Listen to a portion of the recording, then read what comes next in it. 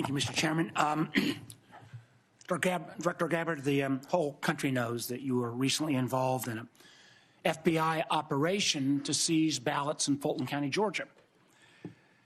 Yet this was despite the fact that the warrant showed no foreign interference or nexus. Matter of fact, the warrant was based entirely on conspiracy theories that have already been examined and rejected repeatedly. Now, where is the authority for you to involve yourself in a domestic law enforcement activity? Thank you, Vice Chairman. I appreciate the question. As you know, I've addressed every issue you've raised in detail in a letter, but I'm grateful for the opportunity to do it in this forum. As you stated, Congress provided by statute, ODNI, with the responsibility of election security and counterintelligence in 2021. As you also know, ODNI has purview and oversight. I know the history very well, but could you just I am addressing the question. ODNI also has purview and overview over two domestic-related agencies, the Department of Homeland Security and the FBI, both of which have purview over election security responsibilities to ensure the integrity of our elections. I want to correct one of your statements that you've made multiple times, which is false.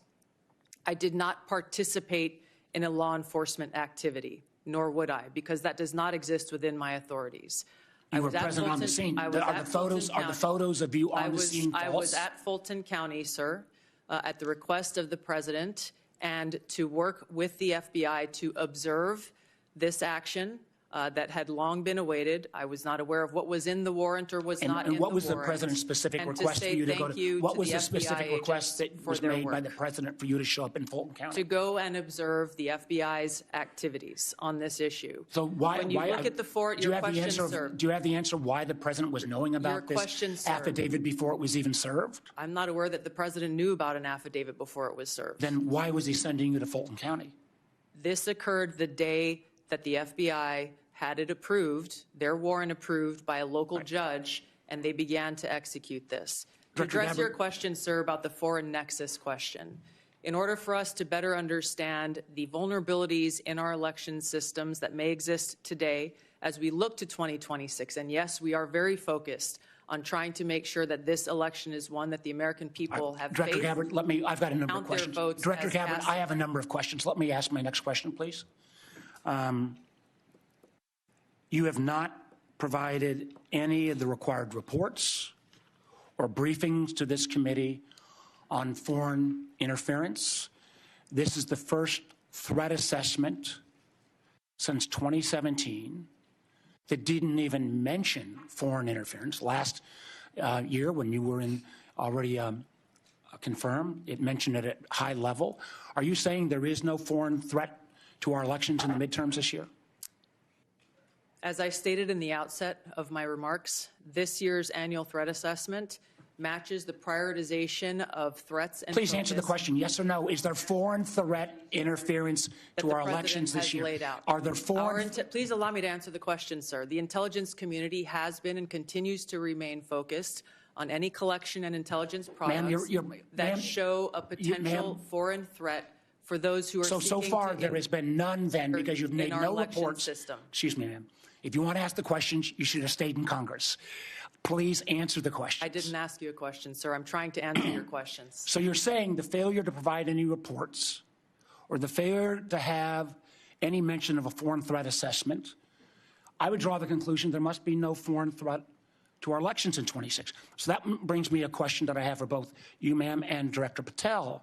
There are reports that in 2020, the President was preparing an executive order to potentially seize ballots or bring in federal forces.